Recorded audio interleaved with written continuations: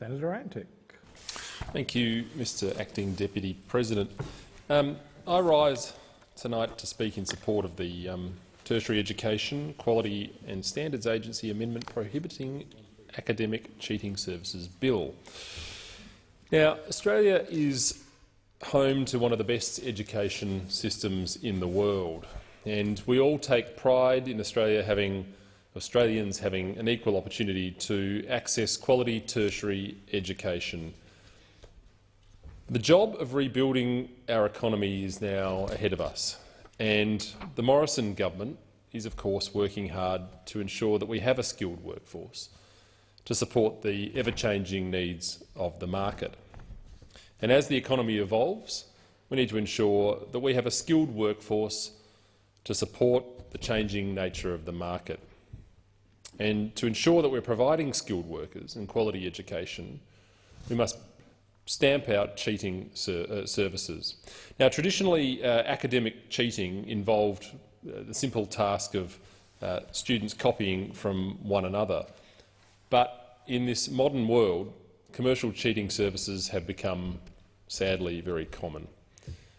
The issue of commercial cheating services, or contract cheating as it's become known, came to the attention of the government in 2014 in the wake of media reports regarding the widespread use by students of a commercial cheating site known as MyMaster. The Minister for Education and Training at the time referred the matter to the TEQSA for investigation, and it would be, of course, remiss to suggest that all students involved in these sorts of practices. In fact, the investigations that have been undertaken show that there are some students who are more likely to engage in these behaviours than others, with the likelihood of cheating being in fact influenced by, surprisingly, Mr Acting Deputy President, gender, with more male students self-reporting cheating than female students. Age, younger students sometimes are more prone. Linguistic background and the use of technology are two of the other factors which are reported to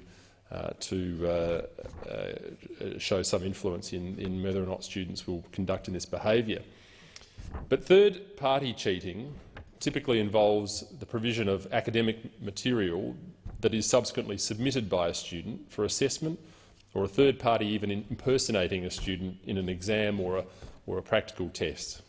And it's disappointing that we do have people who will rort the system, and unfortunately the provision of these services has become more widespread through targeted promotions for cheating services, through on-campus advertising, emails, social media and other forms of promotion.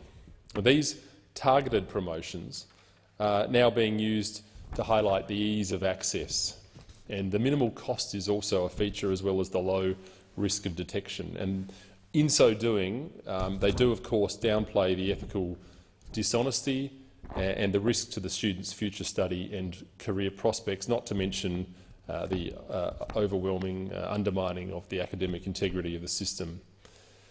Those engaged in providing academic cheating services are ultimately exploiting students and undermining the integrity of our high-quality degrees. This bill aims to stop this, and the bill amends the Tertiary Education, Quality and Standards Agency Act to make it an offence to provide, arrange or advertise academic cheating services to students studying with an Australian higher education provider, whether the service is provided from within Australia or from overseas. And it also serves to add preventing and minimalising the use and promotion of academic cheating services to the responsibilities of the Australia's higher education regulator, the Tertiary Education, Quality and Standards Agency, or the TEQSA, as it's been previously referred to. The bill will see commercial cheating services sold to Australian students face civil and criminal penalties of up to 2 years imprisonment and fines of up to 500 penalty points, which equates to around about a $100,000 fine. And it does set a very high threshold, and it's been done deliberately so. It's been set deliberately high to create a strong deterrent to those who seek to provide these services. And these penalties will apply where cheating services are advertised for a commercial purpose, but the bill also introduces civil penalties of up to 500 penalty units, which will apply when the cheating service is provided without remuneration. And the object of this is to stamp out third-party cheating that's occurred on an unpaid basis. And research has shown that a large portion of third-party cheating occurs, sadly, by family or friends or others in the community. It's intended that strict liability will apply to the criminal offence of providing an academic cheating service. But to be clear, mums and dads at home who help proofread or edit a son or a daughter's essay or to give advice on how to improve an assignment are obviously not intended to be captured by this bill. They won't be impacted. This decision has been made after significant consultation with the sector. It's designed to target commercial cheating services and, of course, not the students who use them. But just because the students are not covered doesn't mean they'll get off scot-free. Students who cheat, of course, still be subject to their institution's own academic integrity policies and sanctions, including the consequences that flow from those.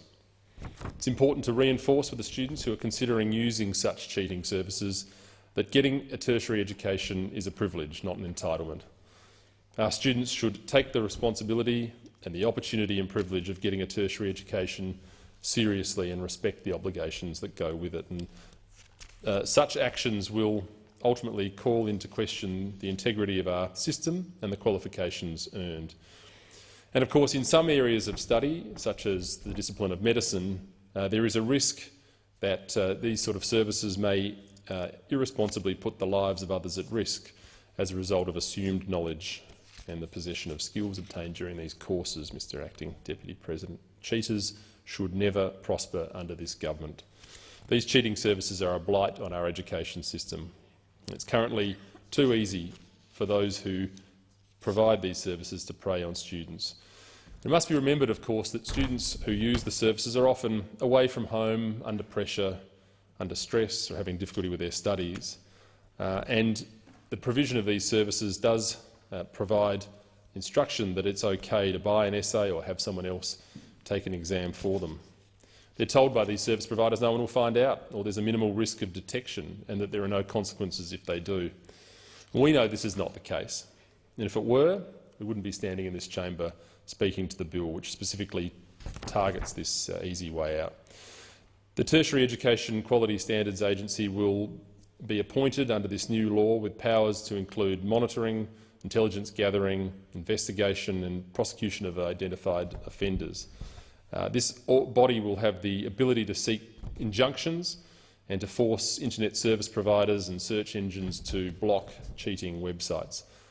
They'll have additional power to collect and disseminate information about cheating websites and their users to help institutions combat cheating activities on campus, but of course with safeguards to protect the unwarranted sharing of personal information about those who purchase these services. The national regulator will be given powers to investigate and then to recommend prosecution of the providers.